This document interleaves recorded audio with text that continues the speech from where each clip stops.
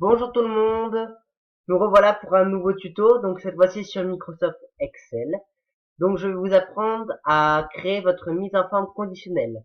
Donc comme vous le voyez ici, nous avons donc déjà des opérations qui ont été faites. Selon les cadeaux, avec les prix d'un cadeau limité, nous avons juste à multiplier, comme vous avez pu voir, B4, donc qui est cette cellule-là, multiplier donc qui est la petite étoile, par C4, qui est cette cellule ici. Donc nous avons ici déjà le total de chaque prix, de chaque coup de cadeau au total.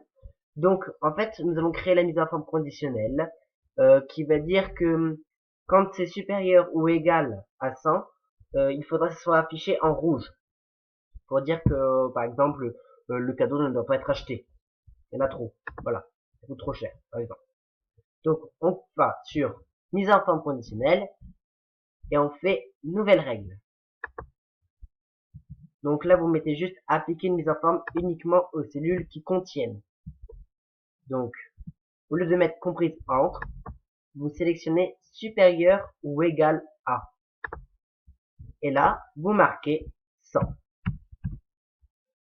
Ensuite, vous allez dans format. Donc là, comme vous avez pu voir, on a créé notre condition. Maintenant, on veut juste que la typo soit différente, ou que ce soit gras, ou que ce soit en rouge. Donc pour cela, on va dans style, on le met en gras par exemple, et on va changer la couleur en, en blanc. C'est fait exprès, parce qu'après on va faire remplissage, et on va le mettre en rouge. Voilà.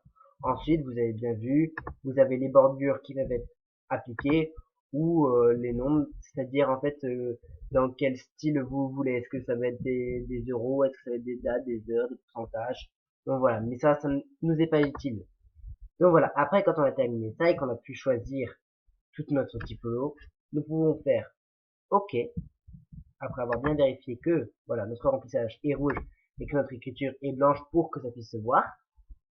On fait OK, on termine, et après on n'a plus qu'à glisser pour que la règle s'applique aux dernières cellules.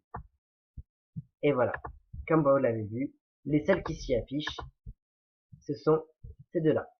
Ensuite, vous pouvez tout simplement gérer vos règles et ajouter une nouvelle règle à celle que vous avez déjà appliquée, qui est par exemple, alors toujours en sélectionnant la cellule que nous voulons, donc c'est celle-ci, on fait mise en forme conditionnelle, gérer les règles, nouvelle règle, on revient sur appliquer une mise en forme uniquement aux cellules qui contiennent, et là on dit inférieur ou juste inférieur à, puisque nous avons déjà mis supérieur ou égal à.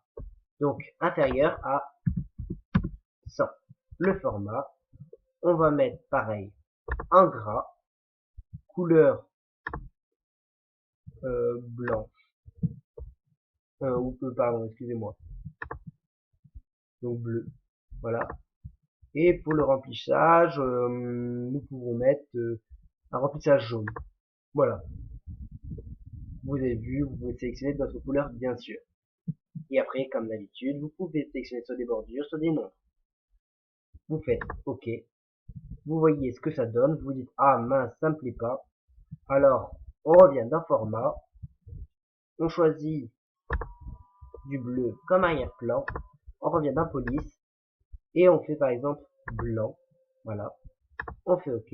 On voit que ça donne bien. Et on fait OK. On termine. Donc là, on a nos deux règles. Donc là, comme vous avez vu, tout ce qui va être inférieur à 100, ça va s'afficher donc en bleu. Et tout ce qui va être supérieur ou égal à 100, ça va s'afficher en rouge. Donc on applique OK. Et on fait glisser les règles. Et voilà.